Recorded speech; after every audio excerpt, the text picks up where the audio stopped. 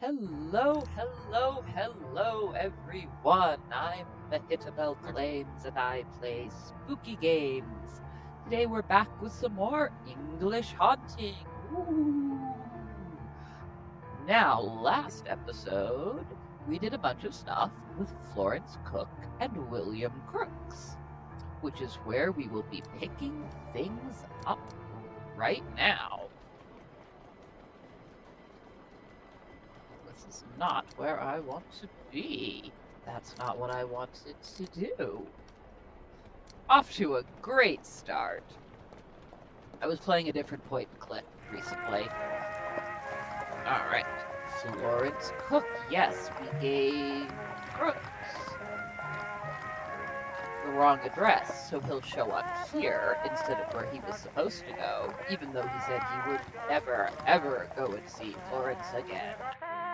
Let's see what happens. Let's see if I remember everyone's voices. I won't. Good afternoon.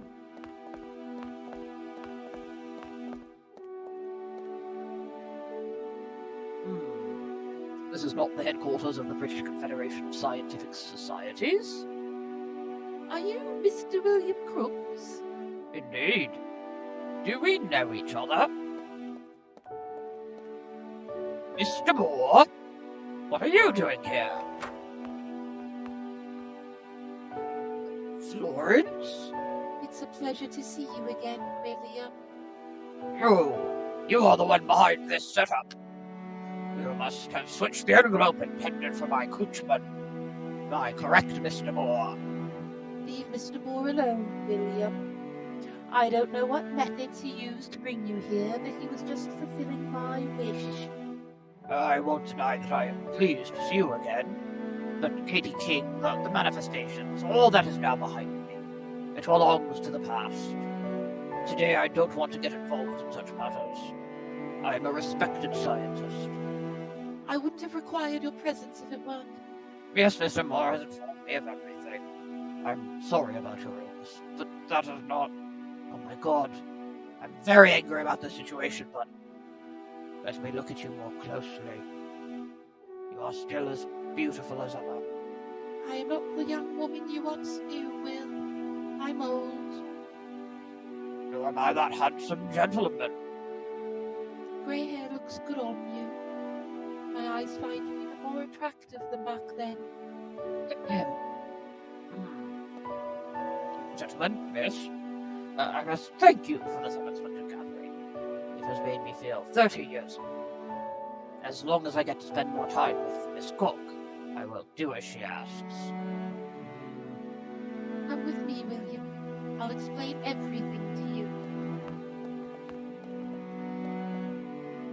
This is frustrating. I thought Mr. Crooks would talk some sense into her.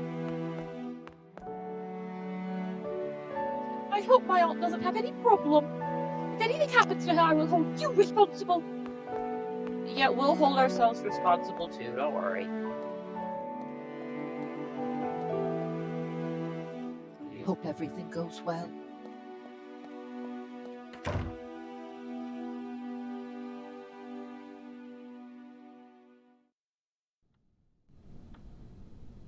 All right, here's what we're going to do. Sergeant Hughes used to possess me when the ectoplasm had just formed.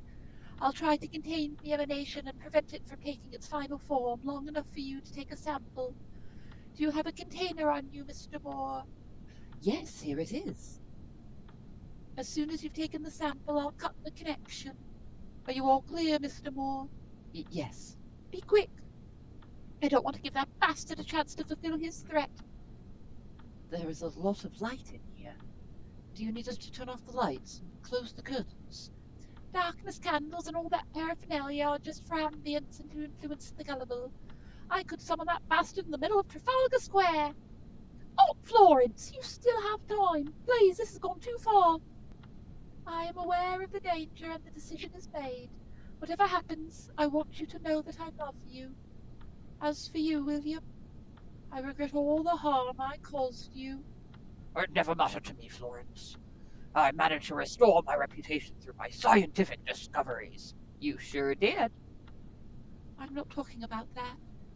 I pushed you away when we could have had a nice life together. We still have time. Everything will be fine. I will focus. I will let you know when I am ready. Take your time. I don't think everything's gonna be fine.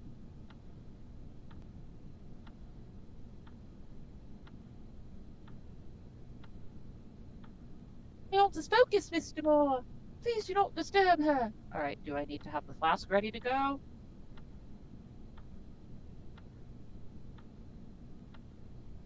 Is this so I can look around in here? Alright, let's see if I can do things. A raven? Florence has always been accompanied by one. It is said that ravens anticipate the strange. When I investigated Florence, I asked her about it. She told me the raven was a particular alarm. Now I understand. She was always on alert in case Sergeant Hughes reappeared. So if we hear the raven caw, it means the entity is about to manifest. Oh, okay.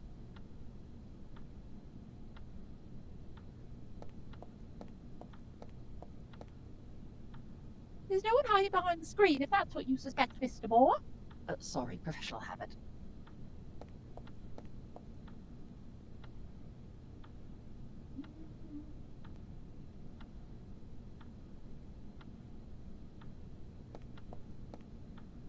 Mr. Cooks? Yes? Do you think this will work? Do you have doubts? If there's a medium with a bad reputation, it is Florence Cook. But she seems very convinced of it. Florence never told me about Sergeant Hughes, but she was afraid when I asked about her first mediumistic experiences. We'll find out in a moment.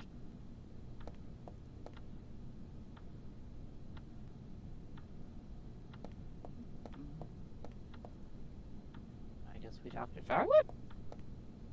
Be quick about taking the sample, will you? I'll do that. Mr. Moore, I am ready. Remember, as soon as the ectoplasm materializes... Take a sample and you click the connection. Exactly.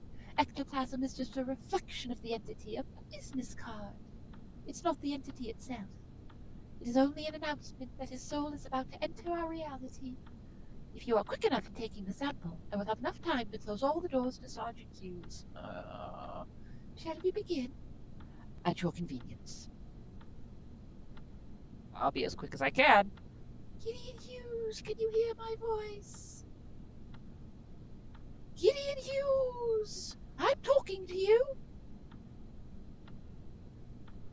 What's the matter, Gideon? Have you become shy over the years? You disappoint me, Gideon. You used to manifest yourself without being asked. What's the problem now? I intimidate you, don't I? I know what's happening here. You had no problem scaring a poor girl. Now that I'm an adult, you're not so brave, are you? She's provoking him to manifest. You wanted to kill me, remember? It was the last thing you said to a scared little girl. Go on, you coward. Keep your promise. Or are you a liar, after all? You used to call yourself Sergeant Hughes. I don't think you were even an officer. You're probably just an ordinary private. Oh. Prisoners. Here we go. Come on. I can't believe what I'm seeing. Good Lord. Florence is always right.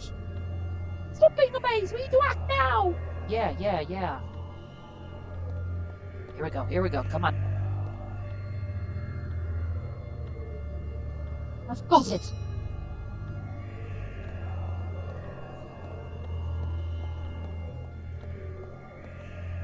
Now, Florence. Got the connection. It's all over now. Right. Miss Cook? What, Florence? Uh-oh. Are you well, Aunt Florence? Oh. The raven is getting agitated. It's a bad feeling. Florence? Aunt Florence? Oh. Hello, Florence. Miss me? I always keep my promises. Oh! Ah! No! Good Lord!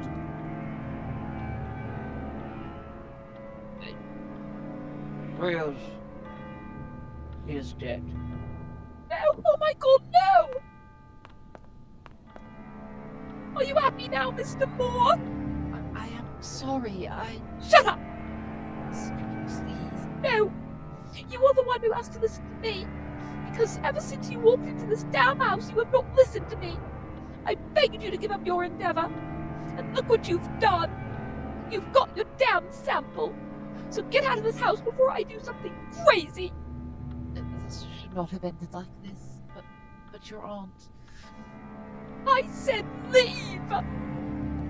Yeah, just get out, Patrick. You can only make things worse here.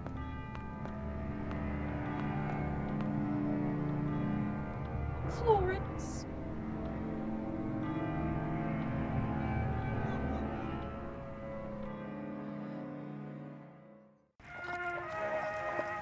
Okay, well, obviously that part wasn't historically accurate. That is not how Florence Cook died.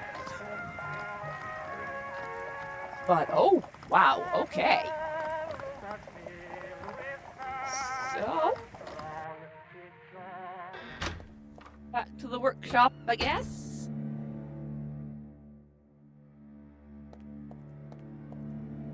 Beatrice? Yeah, so what's the last thing we need? Rhino, what do we need? An ectoplasm sample from the medium Florence Cook. Right, got that. From Eugene Wood, the photographer. Special photographic plaque.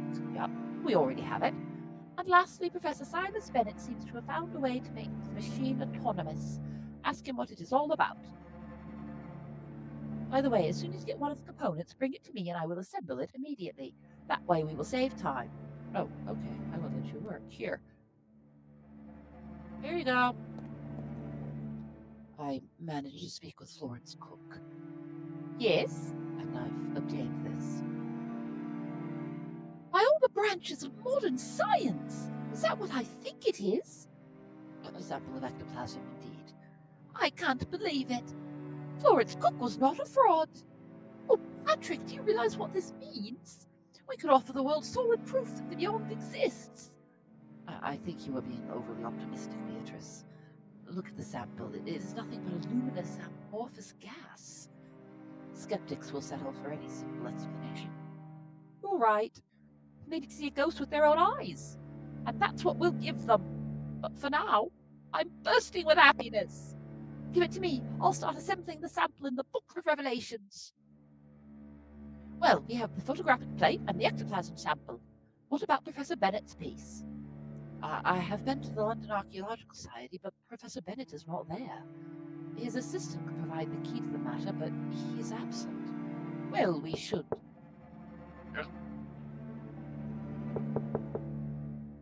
Who knows we're here? Good question, Patrick. No one. You may come in. It's open. Good afternoon. My name is Arthur Conan Doyle. You must be Professor Moore. Conan Doyle, the writer? I'm afraid so. I'm a great admirer of yours. An admirer of me or of Sherlock Holmes? Should we suspend the search? I found the Utah episode more interesting than the detective investigation. I prefer your macabre tales like Parasite or Lot Number 249. Lot Number 249 is fantastic. You should foster that genre more. That was my wish, but that dumb detective, a violin-playing drug addict, held me hostage for many years. I've had such an overdose of Sherlock Holmes, and I feel the same way about him as I do about the foie gras pâté I overate some time ago. Just hearing his name is enough to make me feel queasy. Also accurate? I hate to interrupt this book club, gentlemen, but what the hell are you doing here, Mr. Doyle? Very valid question. The reason for my visit is that I saw a light from the street, and I hoped to find Professor Nelson Ward here. Okay. Do you know him? I've always followed his investigations with interest, Professor Moore. We had a meeting with your colleague, the Hermetic Order of the Golden Dawn, and I ended up funding the Box of Revelations. In fact, yesterday we donated a large amount specifically to Professor Bennett's excavation in Peru. But our friend Nelson Ward insisted this time it should be deposited in the university's name. I don't know why. Wait a moment. Do you mean that money belongs to the professor and not the university? Exactly. The professor hasn't stolen anything, Beatrice. So it seems. If this whole affair smelled fishy to me before, it smells even worse now. I see that you're aware of the unfortunate incident with the professor, and that you're unaware of his whereabouts. We know nothing. We came here in search of a clue that might shed light on where we could find him. But we've had no luck. I believe you. I see that despite the professor's absence, the manufacturing of the Box of Revelations continues. Are you working on it? Yes, we've managed to obtain the ectoplasm sample and Eugene Wood's photographic plate. Are you serious? That's fantastic news. I suggest you lower your expectations, Mr. Doyle.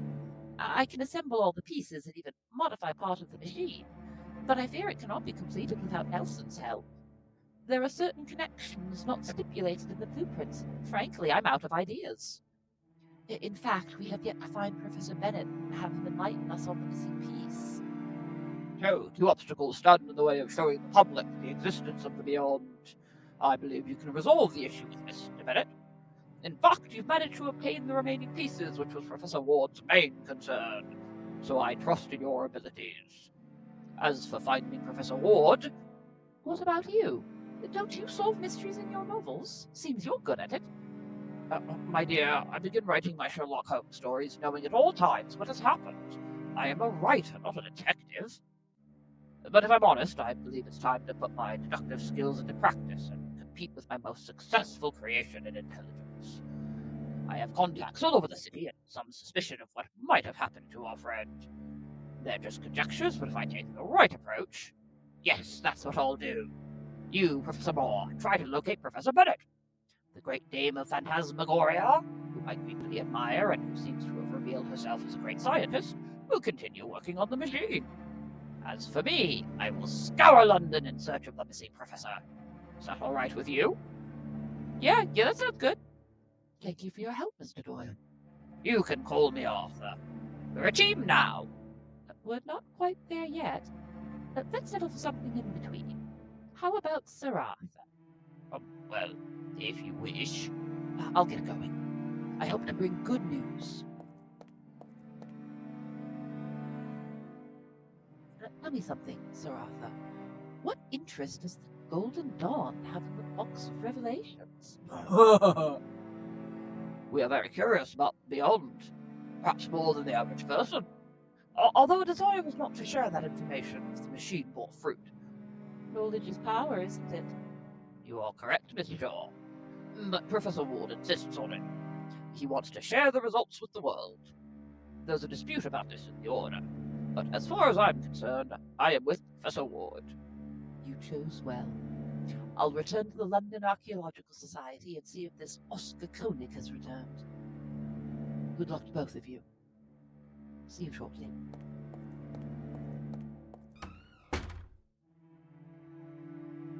What are you standing there for? Go look for Nelson. You are quite a character. I like it. Okay, whoa, we've got a whole lot going on right now. Golden Order of the Hermetic Dawn has now been dropped. Real Society of Aleister Crowley, father of the occult. That was his whole deal. I actually don't live too terribly far from an old, whatever they call the meeting house, church, temple, whatever, of the Hermetic Dawn. It's up in a weird little town in the mountains. Oh god, this is just pulling from everywhere and everything. I love it. Alright, let's go back to Silas Bennett's office.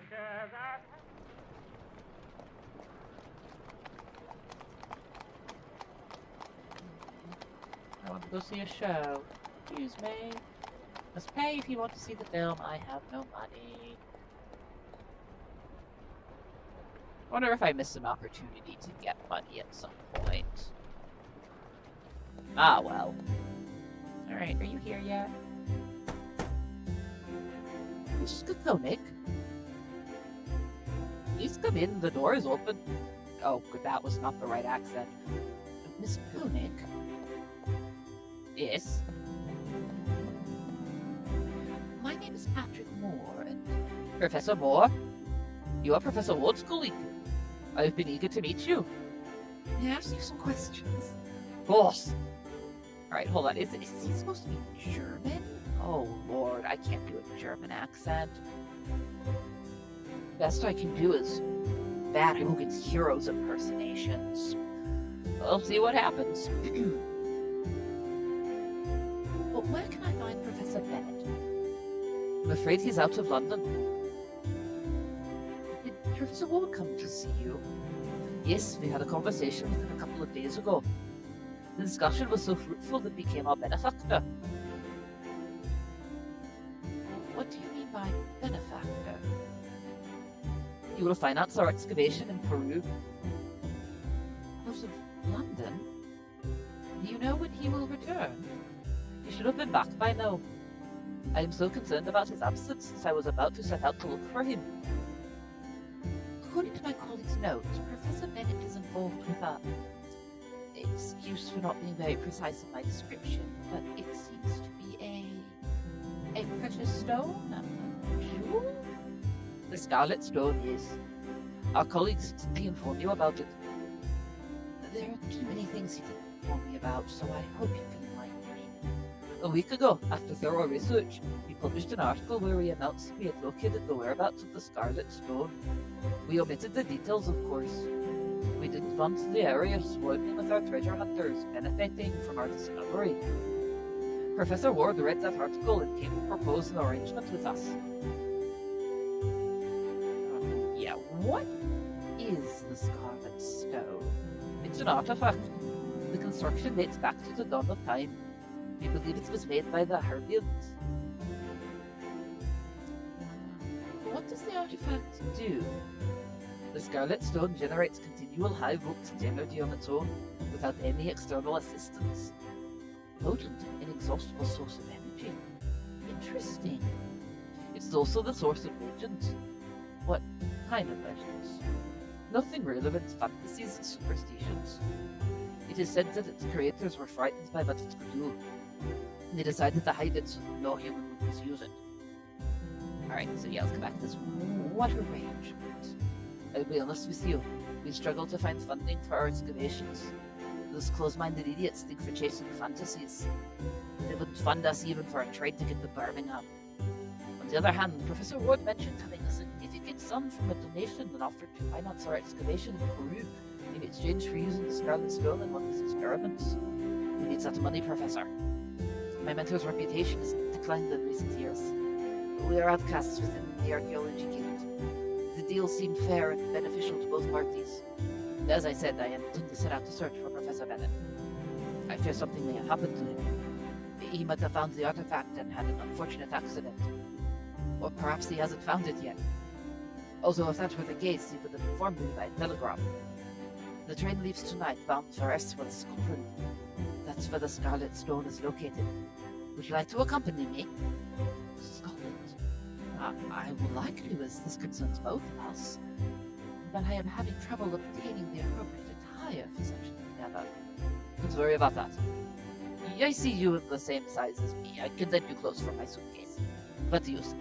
Will you join me? It will be my pleasure, although I need to inform my colleague Beatrice that I will be absent for a few days first. Sounds perfect. The train departs from King's Cross at 10. We'll be waiting for you. Germans and Britons share the same sense of punctuality, so let's honor that. I'll be there. Okay, so we were supposed to be German. I think I rolled through like every accent I know there. Oh.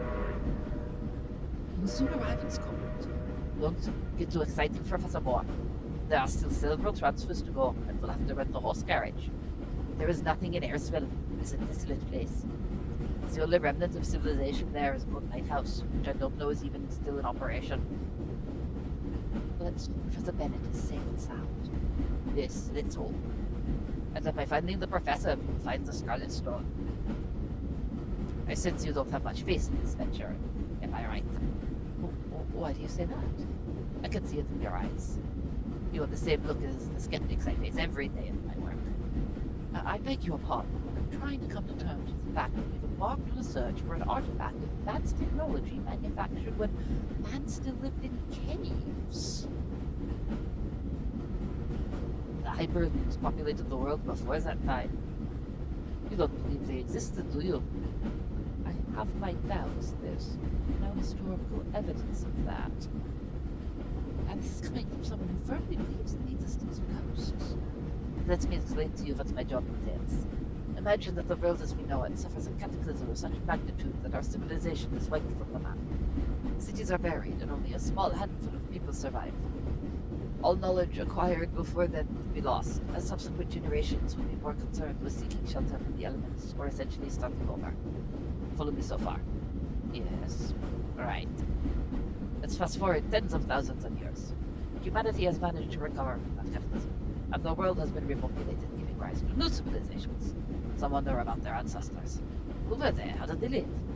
So they begin to establish archaeological sites. Based on what they find in these excavations, they conclude that humans emerged after the cataclysm we discussed earlier. There is nothing further back because they haven't found any archaeological remains suggesting otherwise. The logical thought is entirely accurate. However, until knowledge was lost in the cataclysm, thanks to over-observation fragments of that survived and were reflected in scrolls or books. Several of them talk about, let's say, an artifact called the Voice of the Dead. Several archaeologists decided to search for it. It's impossible for it to exist, say the most conservative ones.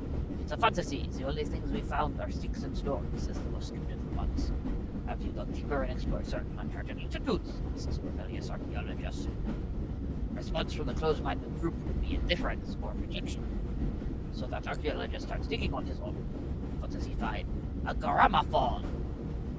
A damn gramophone with a Port Johnny record. An object out of its time. An artifact that it is possible for humans whose greatest technological achievements was a spear to hunt animals and feed themselves. Yet, the civilization that perished in the cataclysm was just an entertainment device that could be manufactured anywhere in the world. Well, that's what the Scarlet Stone is. It's not a magical stone or a fantasy. Except for the Hermans, it was equivalent to courage to us. I understand what you're saying. By the way, you mentioned that its creators were frightened by what it could do. Yes, that is documented in Medjugorje Nostri by Kelso de Rodas in Tempos called No Comfort by Uyodomo. Would you like my opinion? Sure, go ahead. Let's just say one of our armies creates a projectile capable of wiping out an entire regiment. They decide to use it in the war, but this projectile is so powerful that it destroys the entire city. If my faith in humanity coincides with that of the military, they would be frightened by what an artifact was capable of, I would say would agree never to use it again. That could be what the Scarlet Stone represents. A source of energy that the Herbans couldn't control. This has been a very interesting conversation, Mr. Koenig. Call me Oscar. But today has been a very hectic day and my body can't take it anymore. Do you mind if I take a nap? Oh, don't worry about me. Yes, if this rotting in the sheep trail allows it. Thank you very much. Good night, Oscar. Good night, Professor Moore. Oh, he did not stop talking. Okay, that was a real theory that actually still persists in some pseudoscientific circles today. Amit! Stop tormenting yourself, Oscar. Stop? All my gear was in those trunks. Those incompetent station workers were just supposed to take our luggage to the hotel in Edinburgh. Maps, tools, clothes, flashlights, all lost. I know, but there is nothing we can do now. Maybe we can find something around here that will help us. Look around you. This is desolate wasteland. There is nothing for miles, just rocks. Not to worry, we will get through this. Let's search for Professor Bennett before it gets dark. With plenty of time to lament later. You're right. I apologize for letting you witness my frustration. Let's get moving. Alright, no, we are not talking to Oscar. Oscar needs to not talk for a little while. Alright, apparently if I try to do a German accent, it predominantly comes out French. Things we learn. What's this? Really? I can't click on that?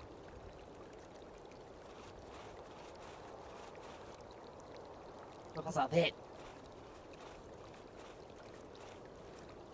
I want you to have this. One copy of the topographic map of the area was lost with the trucks. I borrowed this piece of map from the Inverby State. To mark the places where Professor Bennett might be. Alright, let's use this area as our starting point. Nearby is a Kromlach. Where is it? Ah, yes, around here. It is an ancient druid stone circle where, according to our research, the Scarlet Stone was venerated. It is said the artifact we seek lies buried at its center. If the professor dug there, he has probably achieved his goal. And if we see no signs of excavation, it would mean he never made it to Eriswell. Exactly. There is a lighthouse a few kilometers downstream. On our way here, we saw that it's still operational. That means there's a lookout. He might have seen Professor Bennett wandering around the area. We should talk to him. Yes, we talk to everyone. Ready to go. Let's go. Yes, we talk to everyone because this is a point-and-click adventure. Alright, let's check out Cromlech first.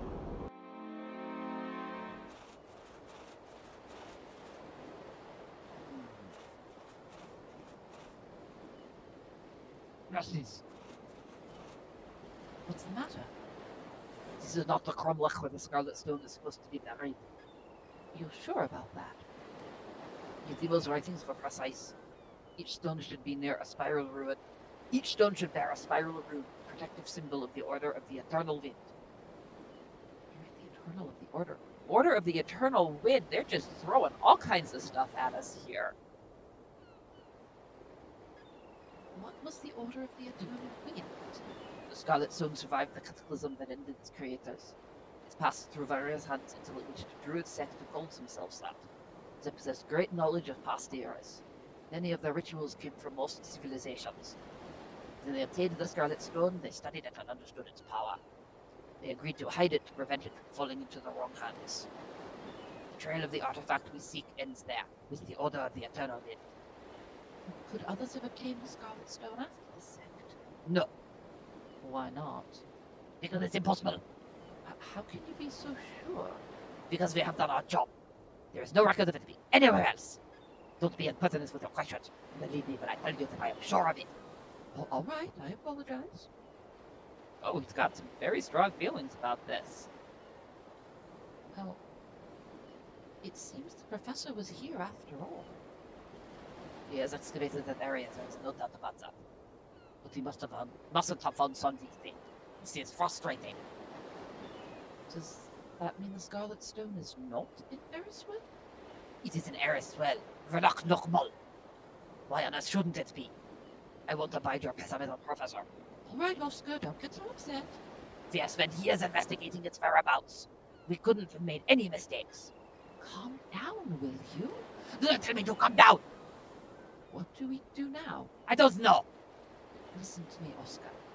Try to relax. Your attitude won't help us at all. Listen to my British optimism. I apologize for not possessing the famous British phlegm.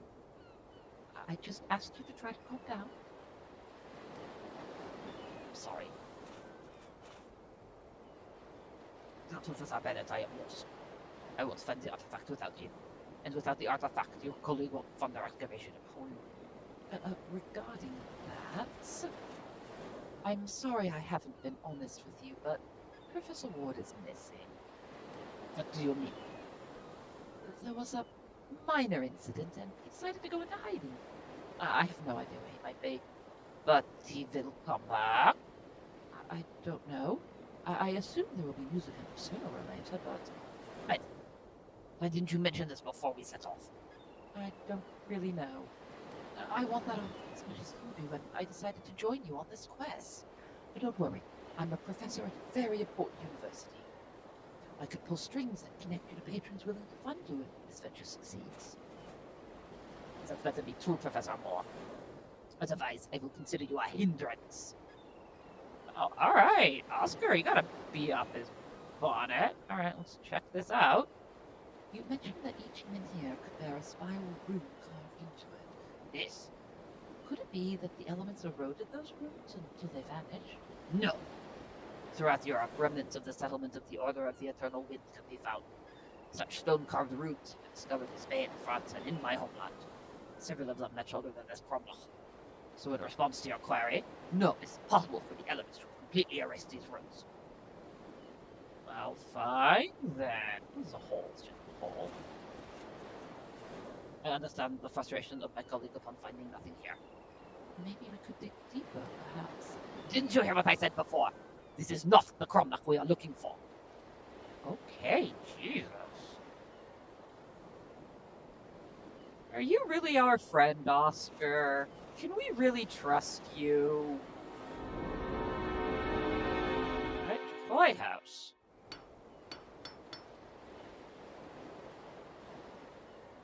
Who's the doggy? You know the doggy. The devil! Get out of here! From the lighthouse? Ferrisville! Warm welcome. Can I pet your dog? Alright, let's see what we've got here. Bro. You don't need to rope me some more. You don't know that, Oscar! Not that we know of yet. Then we'll know where to find one if we need it. I don't understand your habit of keeping every object you come across. Right. Right, you don't understand the world that you're in, sir. Brimming with gravel. Right?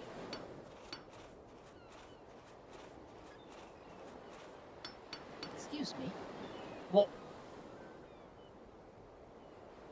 oh, the most important question. What is the dog's name? Dog? You mean that scrawny rot? Doesn't have a name. How do you call it then? With a whistle. Okay. Why should we leave Eriswell? This place is near for you. Tell us I shouldn't even be here myself. And why don't you leave this place? These coasts are treacherous. They've claimed the lives of hundreds of sailors. This was before they built the lighthouse, and someone has to take care of it. Although you won't see me venturing to those moors, no sir. Eriswell is full of dangers, do you know?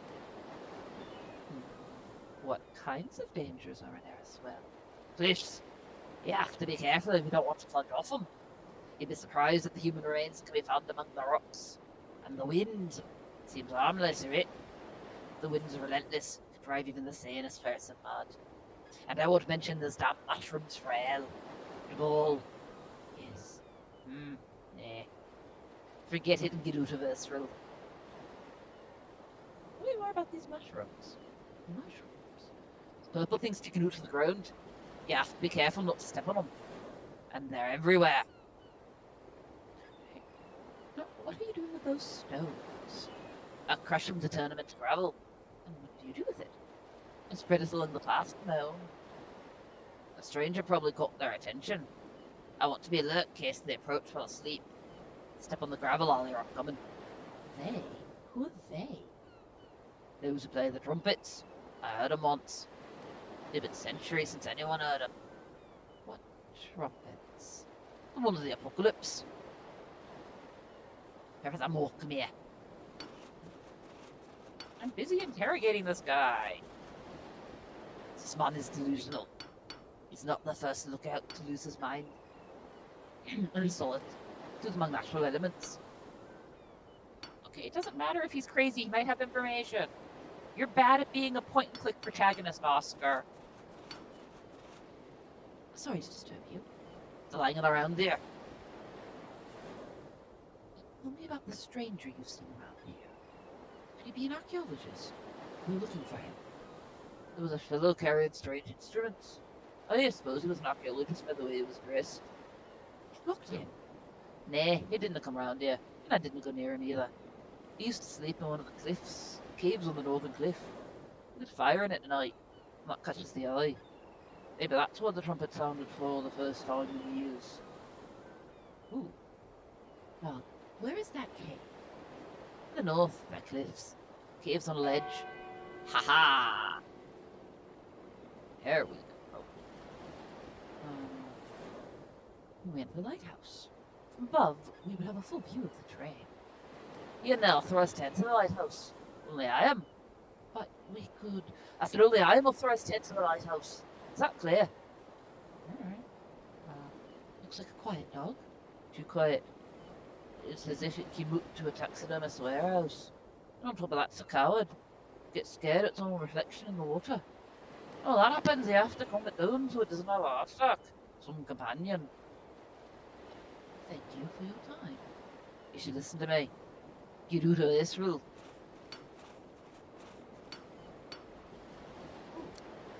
Alright, oh, we have no items. Alright, I think we've exhausted the dialogue here.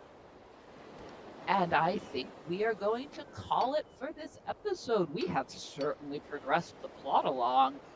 Wow, this game is just packing like every Victorian and Edwardian occult idea and theory into one game, which is kind of cool.